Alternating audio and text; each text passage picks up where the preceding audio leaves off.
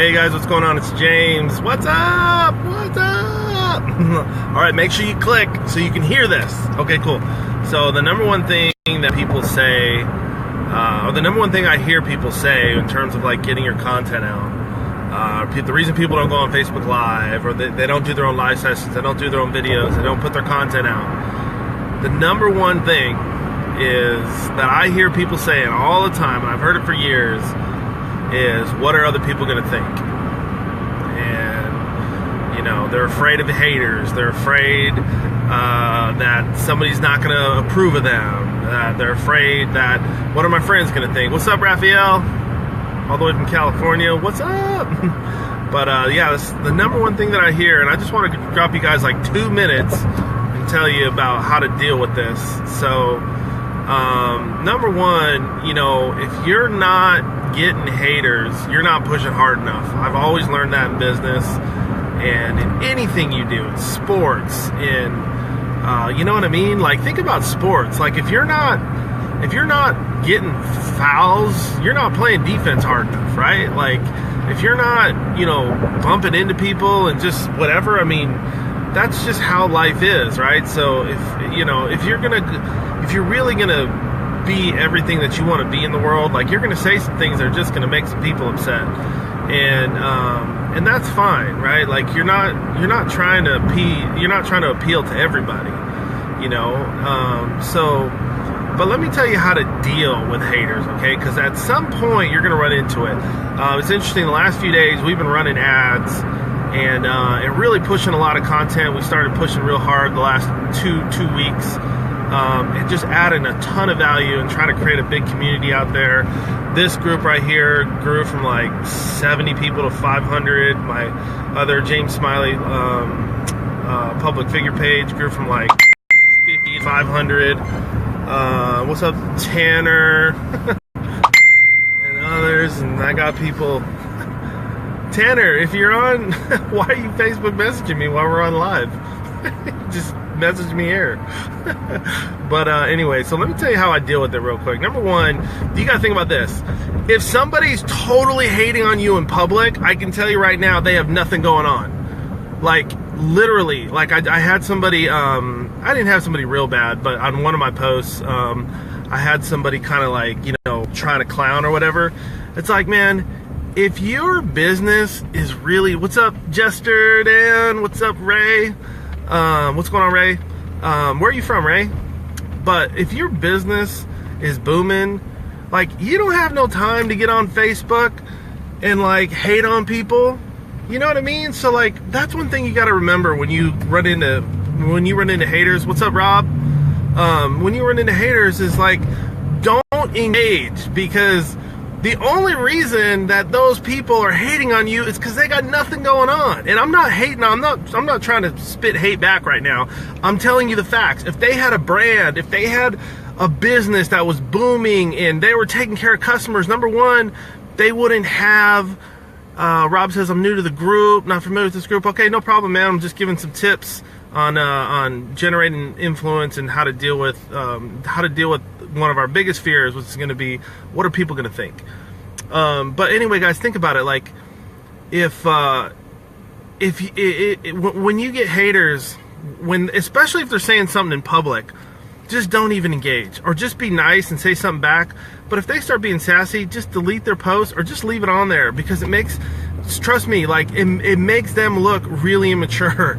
And if they had a business that was booming and their personal brand was known, like, if they were, I'm just saying in terms of business, not personally, okay? But if they were somebody, they wouldn't be clowning on you in public. You know what I mean? So it's like, when you see people doing that, you just automatically know, like, this person doesn't have anything else going on, like, in terms of their brand or whatever. And so that's the first thing, is don't engage. That's what I would recommend. You know, maybe sometimes I'll just try to say something, you know, helpful. But if they're not digging it, then whatever. You know what I mean? So, and then the last thing I would tell you, though, okay, is in terms of just keeping yourself humble, take a second and take a second and think about, like, is this person really telling me something that I should consider? Because they may be. And don't be too proud to think that just because somebody's hating on you that they don't have something that you can learn from. You know, I learned that in corporate America, that you got other managers and executives and people who hate you or don't like your team or whatever, but just because they have an attitude doesn't mean that there may not be some value in what they're saying. So anyway, so just what's up, Tanner? Yo, Tanner is a crazy young entrepreneur. This dude's like 6-figure business if y'all look him up. But anyway, so that's all I wanted to say, guys, is, you know, don't let the fear of haters or what are people going to think, don't let that keep you from putting your content and your ideas out there. One of the things, we did a big 45-minute training yesterday, and one of the things I was really pushing hard on is the reason you have those thoughts, those ideas, is because you are you, and nobody has those thoughts but you. Nobody can deliver like you. Nobody can reach the people like you. You are so stinking unique. You don't even understand. There's only one of you. There's only one of you. So if you have something that's on your heart and you want to put it out, put it out. And don't worry about what people think. And if you're not getting haters, all the merrier it's going to be. But if you get a few, just don't engage. You know, just because if somebody really had it going on, their business is booming, their brand is booming, they got customers to serve, they don't have no time to deal with you, right? Like, so, I mean, if they have nothing going on, they're looking for a job or they're looking for whatever, they're playing around their phone, their spare time, then they're going to start hating, right? It's like junior high, high school stuff. That's what we all did when we were kids, right? So that's what I would share with you guys. So anyway, Rob says, I struggle a lot with putting myself out there. It's a very common fear that many others deal with. Any advice on how to overcome that? Ain't got no time for that. That's true. What's up, Marcella? I'm totally messing up. Oh man, she's gonna kill me. Marcella, don't kill me for messing up your name. I know we were friends at the conference and all this stuff with our crew, but anyway, But what I would say, Rob, in terms of fear is, number one, script what you're going to say when you're going to start, okay?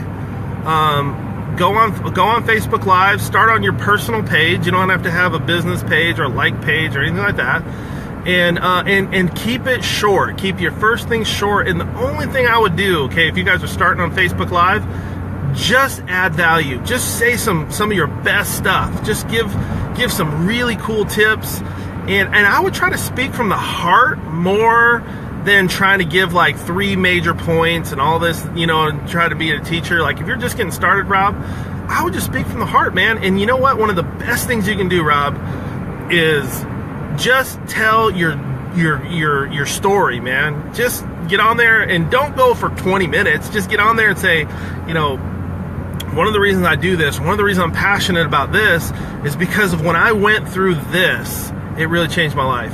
And let me tell you, Rob, when you start telling your story, people connect with your story. People, I don't really have time to go into this, but I will tell you that if you tell your story will bridge people to belief faster than any message, any 5 points of whatever. Like, if you tell people your story, it bridges them to belief fast. It's the fastest way, proven psychologically, the fastest way to get somebody to believe in what you're talking about. That's why you'll see all these big speakers. One of the first things they do when they come up is they say, hey, my family, or I'm from Seattle, or I'm from, like, they're telling you their story because they want you to connect and have that belief in them right away. It's a major thing that professional speakers do.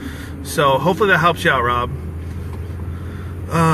Marcella, I'm paralyzed for a long time, but no, someone told me. Yeah. You won't, Marcella, you won't get them until you start putting out a lot of content. Like, I've been running a lot of ads, so I got like 2 in the last 24 hours.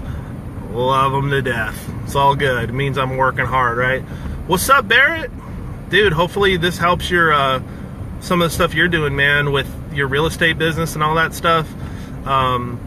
I think the whole thing about sharing your story, Barrett, it could be really cool too. You know, just you notice like when you go to a nice restaurant, when they're seating you, they'll say this phrase. They'll say, "Hey," they'll say, "First time here," and what they're really saying is, "I'm going to tell you the story of our restaurant."